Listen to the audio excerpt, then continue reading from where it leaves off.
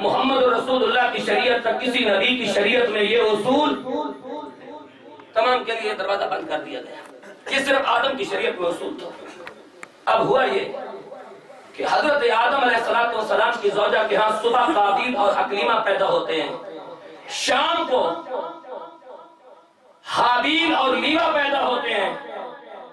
ضابطہ اور اصول یہ تھا کہ قابیل کا نکاح لیوا کے ساتھ, حابیل کا نکاح اکلیمہ کے ساتھ کر دیا جائے, مگر اکلیم پر آج شیطان نے قابو پا لیا, قابیل پر شیطان نے قابو پا لیا.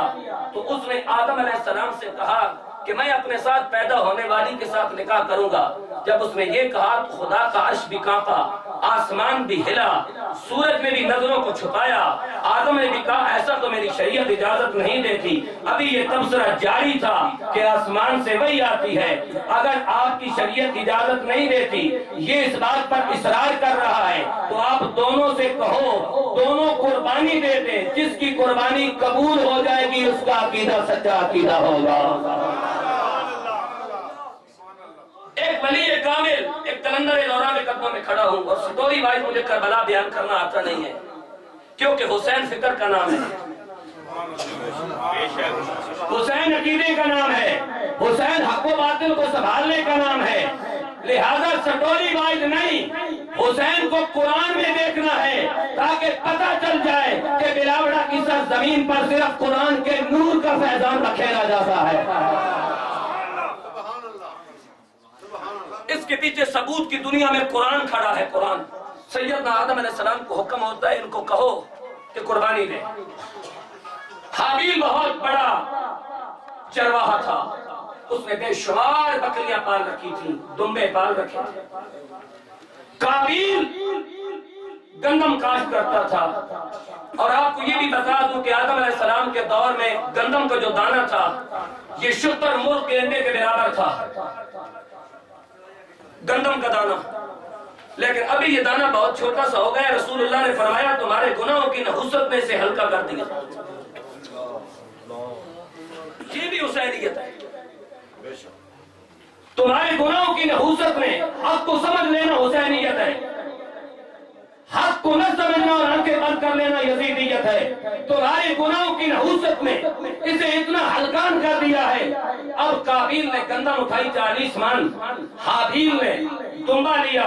قربانی کا اصول یہ تھا کہ میری اور آپ کی قربانی قبول ہو یا مردود ہو نہیں معلوم, کیونکہ رب نے محمد رسول اللہ کی وجہ سے پردہ ڈال دیا. وہاں اصول یہ تھا کہ قربانی پہاڑ پہ رکھ, آسمان سے آگ آئے گی, کس کی قربانی قبول ہوتی ہے کس کی رد ہوتی ہے یہ آگ فیصلہ کرے گی. جس کی قربانی کو آگ آ کے اٹھا کے لے جاتی, سمجھ لیا جاتا اس کی قربانی قبول ہو گئی ہے, اور جس کی قربانی کو آگ تو کیا جنگل کے درندے بھی منہ لگانا گوارا نہ کرتے, سمجھ لیا جاتا اس کی قربانی کو رد کر دیا گیا ہے. جب دونوں قربانیاں پہاڑ کی بلندی پہ رکھ دی گئی تو ادھر سے حکم ہوتا ہے آگ کو, چاندی کی طرح چمکتی ہوئی آگ اتری, حضرت حابیل کے دمبے کو اٹھایا اور جنت میں روانہ ہو گئی. اب رب کا فیصلہ سنو, 7000 سال کے بعد قربانی, 7000 سال پہلے فیصلہ, 7000 سال بعد فیصلہ کیا آتا ہے. فرمایا میرے محبوب محمد اپنی امت کو اس قربانی کی حقیقت سے آگاہ کیجئے. قربانی کیا ہے؟ فرمایا وَاتْلُ عَلَيْهِمْ نَبَأَ بُنَيِّ آدَمَ بِالْحَقِّ إِذْ قَرَّبَ قُرْبَانًا فَتُقُبِّلَ مِنْ أَحَدِهِمَا وَلَمْ يُتَقَبَّلْ مِنَ الْآخَرِ قَالَ لَأَقْتُلَنَّكَ قَالَ إِنَّمَا يَتَقَبَّلُ اللَّهُ مِنَ الْمُتَّقِينَ.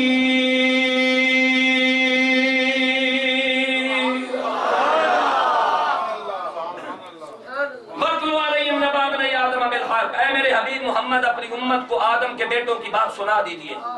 جب دونوں نے قربانی دی, ایک کی قربانی کو ہم نے قبول کیا, دوسرے کی قربانی کو ہم نے مردود کیا.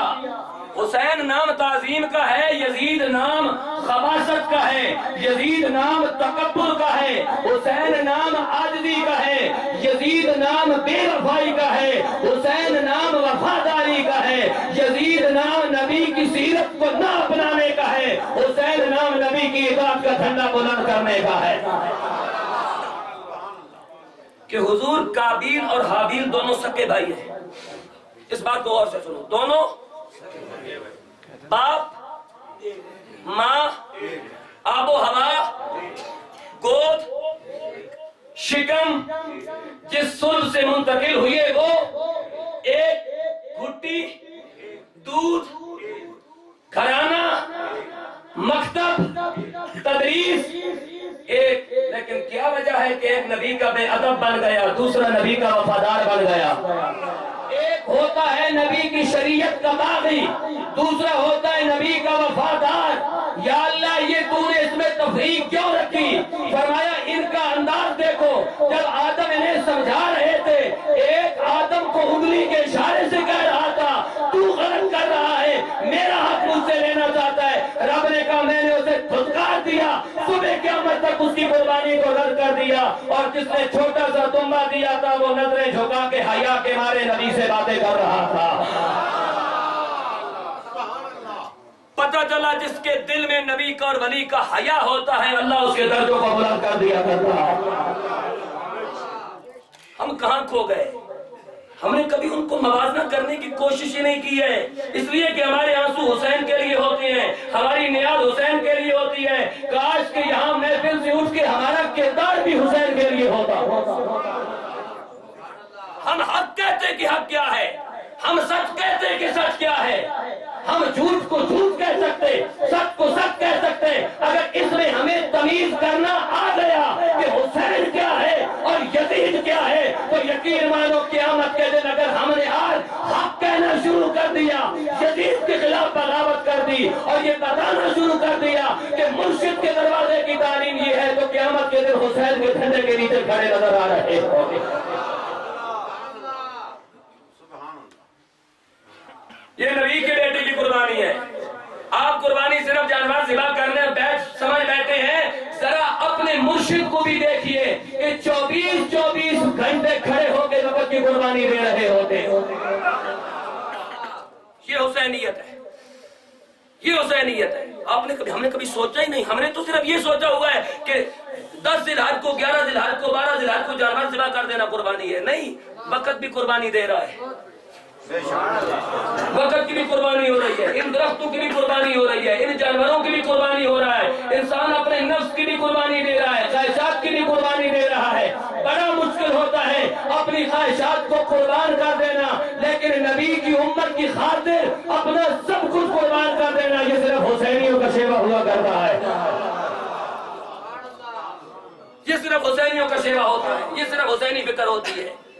حضور 1000 سال مکمل، 2000 سال مکمل، 3000 سال مکمل، 4000 سال مکمل، 5000 سال مکمل، 6000 سال مکمل۔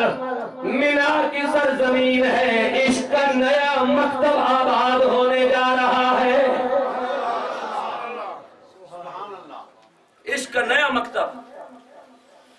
یہاں کیا ہے؟ یہاں باپ نبی ہے، بیٹا نبی ہے، باپ کے ہاتھ میں چھری ہے، کیونکہ رب چاہتا ہے کہ اپنی محبوب چیز کو میرے نام پہ قربان کر دے۔ قربانی ہو گئی وہ دمبا، یا اللہ اب اس کا گوشت تقسیم کر دے، ذبح تو ہو گیا ہے، کھال اتار کے کسی فاؤنڈیشن کو دے دے۔ فرمایا نہیں، اس کی کھال بھی نہیں اتارنی، اس کا گوشت بھی تقسیم نہیں کرنا، اسے دوبارہ زندگی دینی ہے، اسے دوبارہ زندگی دینی ہے۔ کیوں؟ نبی کے ہاتھوں سے نبی کے پیروں پہ قربان ہو گیا ہے، نبی کے ہاتھوں سے نبی کے پیروں پہ قربان ہو گیا ہے۔ الہ العالمین سے کیا کرنا ہے؟ فرمایا اسے دوبارہ زندگی دے دو۔ یا اللہ ویسے کیا کرنا ہے؟ کہا قیامت تک اسے جنت کے حوالے کر دو۔ جس وقت حضرت حابیل کی قربانی قبول ہو گئی، قابیل